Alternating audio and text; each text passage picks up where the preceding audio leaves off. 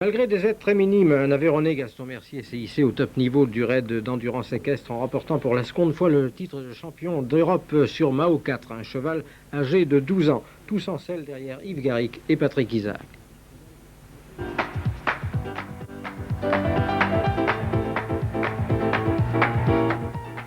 C'est vraiment ma piste de galop habituelle. C'est la raison pour laquelle Mao, là même après une semaine d'un travail intensif, il avait qu'une envie, c'était de s'amuser là-dessus et de partir sur des galops vent du cul dans la plaine, comme on dit. La qualité qui doit prévaloir dans cette discipline, c'est la rapidité de récupération. Je crois que le Lévezou et la terre de l'Aveyron y est pour beaucoup, parce que d'abord ils vivent en altitude, et ça c'est absolument indispensable pour des chevaux athlètes.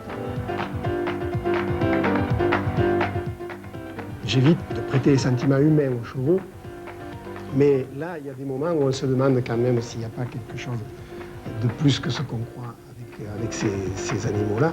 C'est que pendant toute la course, bon, c'est un cheval qui est d'un tempérament assez calme, même très calme, voire qui voisinerait un peu avec la fainéantise. Et puis, sur la fin de la course, il est parti ventre à terre, les oreilles en arrière, prêt à dégringoler tout ce qui se présentait pour passer la ligne d'arrivée en tête. Et ça, je vous jure que j'y étais à peine pour quelque chose. Ainsi, Mao 4 a-t-il vu son écurie, déjà plus décorée que le poitrail d'un général russe, s'orner d'une seconde coupe de champion d'Europe d'endurance. C'était le 14 octobre dernier à Sienne, devant 28 cavaliers représentant 6 pays. Au terme de 14 heures de course, dont 12 passées en selle, et de 160 km parcourus à la moyenne horaire de 13 km et demi, Gaston Mercier retrouvait le titre européen qu'il s'était adjugé en 1987 en Allemagne fédérale. De telles épreuves, qui ne laissent pas la moindre place à l'erreur, reposent sur une parfaite connaissance du cheval. Tous les 40 km, arrêt obligatoire avec contrôle vétérinaire.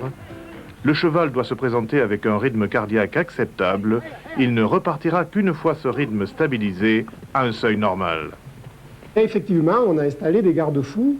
Je pense qu'ils sont suffisants, mais il faut aussi quand même que le cavalier soit à la fois conscient de ce qu'il fait, parce que c'est vrai qu'on peut berner quelquefois les vétérinaires, on peut leur faire prendre des vessies pour des lanternes, mais ça ne paie pas, quoi. À long terme, ça ne va pas loin.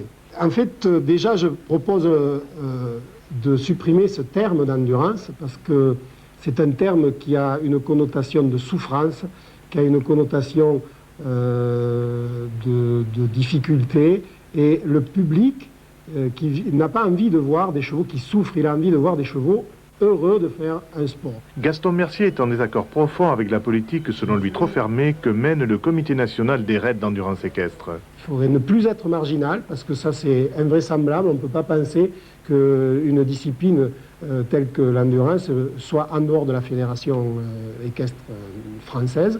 C'est invraisemblable. Le top niveau, Gaston Mercier se l'est payé lui-même avec son épouse à force de vaches enragées. Faute d'argent, il n'a pas participé l'année dernière aux USA à un championnat du monde à sa portée. Prochain objectif, les championnats du monde 90.